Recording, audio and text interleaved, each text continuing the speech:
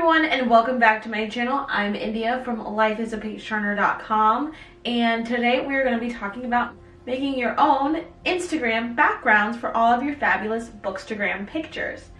I know that there are companies out there that do make backgrounds for Instagram, so that way you can do flat lays and things like that. But today we're going to be talking about making your own, so that way you know how to make some, and then you can have your own style and all that kind of stuff. Who knows, we might even make this a series of how to Bookstagram, though I don't think I am the know-all be-all of Bookstagram. I try and learn a little bit, and I've learned a lot through different tutorials, so I thought that I would make my own. So to start off, I'll show you one that I have made that you probably will see in some of my Instagram pictures more often, and that I will show you a couple here, some Instagram pictures here that I've used this background in, but this is the one that I made first. See? Just a nice soft toned background, and it's easy to move around, so that way I can move it into whatever lighting is best in my apartment. Considering I live in a pretty small apartment, and so this way I can move it around to wherever I need to get the best lighting, because what I have right now is just too big and it takes up a lot of the floor. And then also, by it being too big, I make my items too spread out to crop appropriately for Instagram when I'm editing them afterwards. So by giving myself a confined space, it allows me to properly put them in that way. What I have been using is this poster board. Now you can see in a lot of my Instagram pictures is this poster board here that I got from Michael's. It's actually a display. Like, if you ever truly look at Michael's displays, it's actually a display of their shelves and stuff. It's actually a shelf display that they put down, and I was in Michael's and the shelf was like completely empty, so I was like, oh, maybe I can have this, maybe I can buy this, I don't know. And so I went to go buy it. And she was like, I don't know what this is, so I'm just gonna give it to you. So I got it for free. Yay. I'll be able, when I start showing you how to make this, I will be able to show you what I also have used for some of my pictures, because it's on the floor right now. Just kind of leave it on the floor because it's really big. And then I just have a base already out. So yeah. So anyway, to get started, the items that you're going to need for today's DIY project of an Instagram background is a canvas. I got a canvas in 24 by 36 size. You won't really be able to see the full gist of it, but it's 24 by 36. I got mine at Joann's. You can probably find them at any craft store. You could probably even find them at Walmart or any place like that, or on Amazon. Of course, but I got mine at Joann's. They had them on sale. A quick tip about Joann's and Michael's is that if they're not already on sale, make sure you have a coupon, because they are overpriced. And so you should always shop at Michael's or Joann's with a coupon. You can always find them online, and you can screenshot them on your phone, or just show it to them, or print them out at home, whichever you want to do.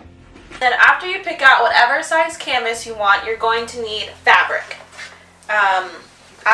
For my next board, I have picked out this fabric. It's up to you and what you want. I recommend that you do iron it before you put it on there, just because you just don't want any hard lines in there. You might get, if you don't do it perfectly, you might get a bubble or something in there, a very small one, but you don't want any hard lines that are hard to spread out on the paper on there. Next up, you either want a staple gun or you want spray adhesive. So I got Scotch Super 77 from Joann's as well. I don't know if there's one that's better than this one. This one just says bonds to fabric, cardboard, plastic, metal, wood, felt, and more. Strong, durable bond. So I felt like it would probably serve my purpose and my needs for my DIY board. The only other thing that you're really going to need is going to be a pair of scissors, which of course I've put mine down now. Oh, there they are. They're all across the room. Which the other thing you're going to need is a pair of scissors to cut off the excess fabric. I got my fabric in 1.5 yards. I probably got it in too big. You definitely need greater than 1 yard if you're using the same size board of the 24 by 36. Same size board. I would do maybe 1.25 yards. You just want those extra inches to be able to pull it across the board. So now that we've talked about all of that, let's start making our new board. First thing that you're going to do is make sure that there is nothing on your canvas. The next thing that we're going to do is we're going to take this our adhesive, and we're going to spray this down. This is speaking of backgrounds, this is the background I was talking about earlier. It's kind of dirty underneath, but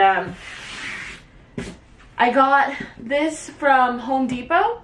It's kind of like in their wood flooring panel, and I got this giant piece and I had them cut it for me, and it's just honestly too big. So the next thing we're going to do is we're just going to spray this adhesive kind of nice and even across like that.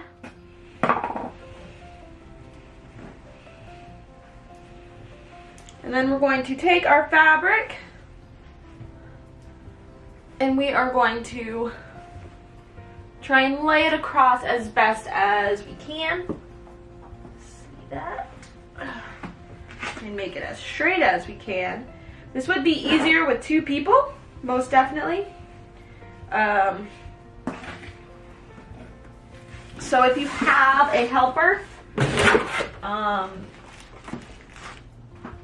have them like hold on to one end while you hold on to the other, or one side while you hold on to the other, and then do it like that. And because it's like a wood paneling, I have to make sure it's kind of straight. And then after that, I just brush from the middle out.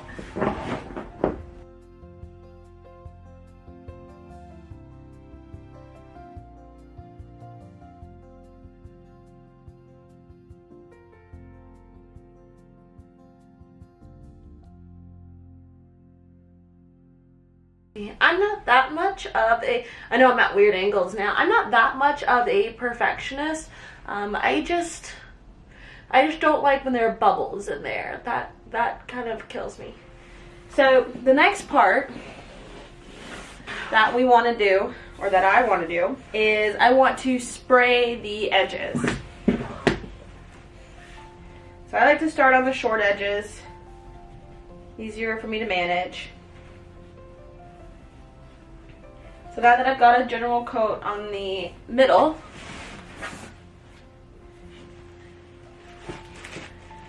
now I'm going to take the time to spray these edges here and kind of like extra right across this top portion. There we go. So we sprayed it, and then what I like to do is I like to pull and tuck, kind of like you're making a bed. And so I like to pull it and then tuck it nice and tight. Pull it and then kind of pull it underneath. So same thing over here. So I like to take the corner, pull it, and get all nice and tight in there. And then I rub it down again.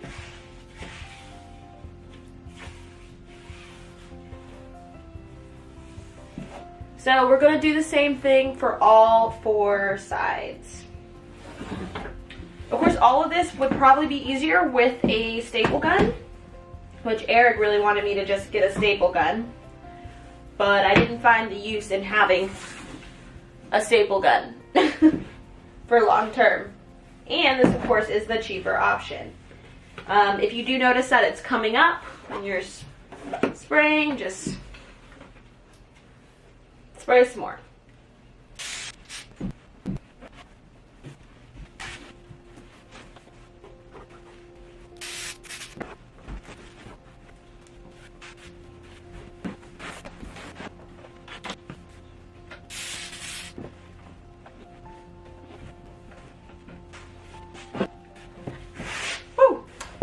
So now that we have it all secured to the board on all sides, we are going to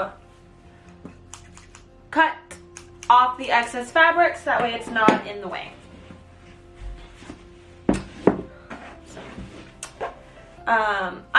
We also picked a board that had a middle portion because you know with books are heavy, and if you want to stack books on top of canvas, because it still just is a canvas, if you want to stack books on top of canvas, we chose a canvas that had 4 beam support instead of just one right across the middle, because I just felt like it would be stronger to hold heavy books. So I just start at the corner, pinch off section. I don't really have much I want to do with this. Back.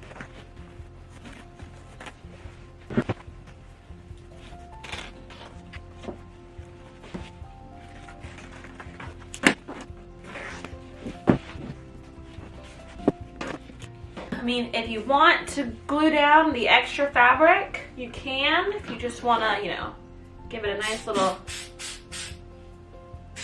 spritz. It's okay to get glue on the fabric. It's just glue.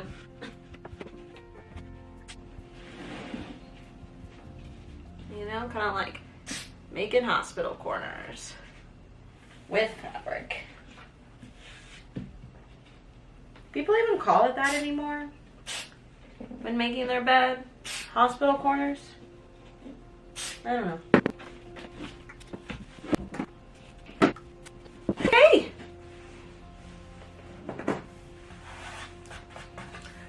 So now that that's all done, I'm just gonna let it lay flat to dry. The directions on the can don't really have like a dry time. So I just kind of want to give it like 30 minutes, probably to an hour, to let it dry flat, because I don't want the fabric to sag or anything like that. So other than that, you are done with your new Bookstagram Instagram product background. It's really that easy. Like I said, it's probably easier with 2 people to just kind of like pull and drape the fabric over it. I really just didn't want to bother Eric to help me out with it, but it's that simple. So that's it for today's tip on how to Bookstagram and how to make your own DIY Bookstagram background. Let me know what you think in the comments below. Let me know what you think, if I should make like a how-to Bookstagram series or like how-to picture take series. I know like if you look back at my Instagram, my Bookstagram page, like the pictures just start off so terrible. But I do, me personally, self-reflection, I feel like they have grown immensely since I have started my Bookstagram page and all that kind of stuff.